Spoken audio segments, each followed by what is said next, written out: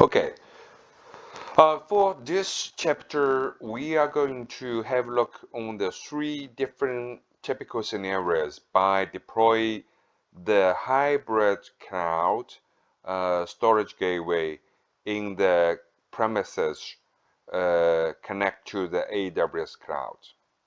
Now, let's look at this in scenario one. Scenario one, which is a typical storage gateway as a backup. There are three different backup storage gateway solutions. One is a file storage gateway, which is file servers. Second, it's the volume gateway. The third, which is tape gateway.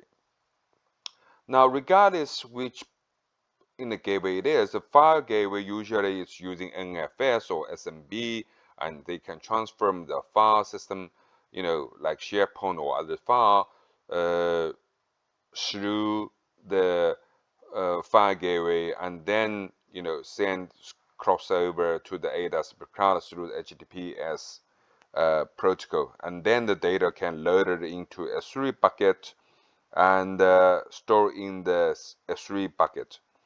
Now, for the volume gateway, it's going to support the iSCSI protocol, and then Cymru set up, and they're going to replicate the data crossover to the S3 or the archiving and elastic block storage.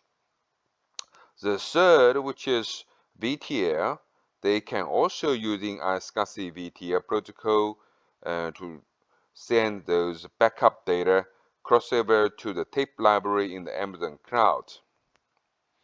Now, let's have a look on the details levels. Okay, first of all, let's have a look on the tape gateways.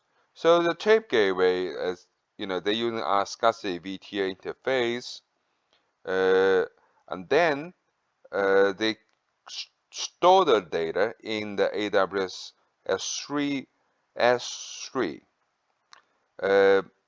Those eject tape were stored in the S3 Glacier or Glacier deep archive, and then they're going to do the automatic, data checking.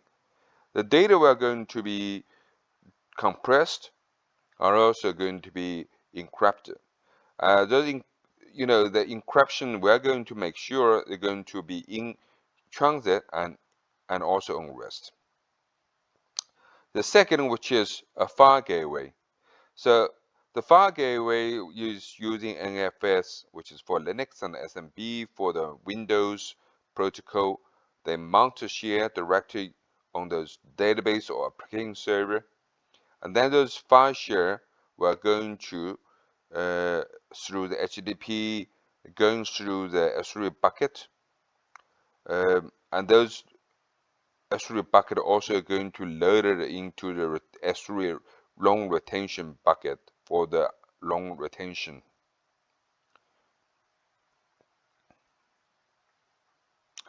Let's have a look on the second scenario. The second scenario, which is on the file sharings.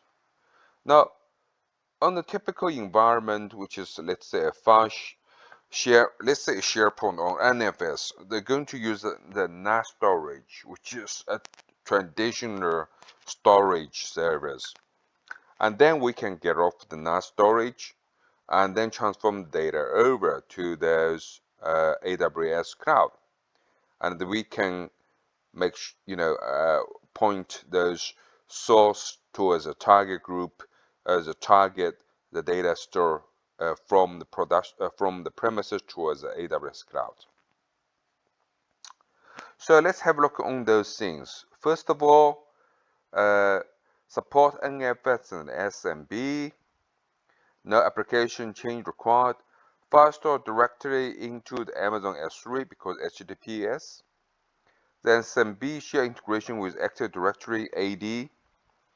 CloudWatch. Okay, now let's have a look on the third scenario, which is low latency access for the on-premises application. Now, on-premises, they have the file storage file gateway, and they can replicate the data either through the data synchronization or the snowballs, or maybe the file gateway. They can send those data into the S3 bucket, and in the S3 bucket, they can go through the in-cloud processing through Lambda or through the load distributions to those different components for the processings. Now, it supports up to 16 local cache per gateway. Fully managed gateway cache provide low latency access to data, and also the flash cache and the bucket or the prefix level.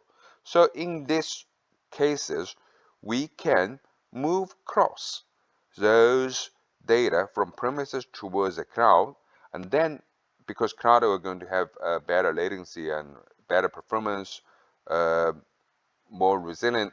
So when next time when the customer access the data, they can access them through the cloud.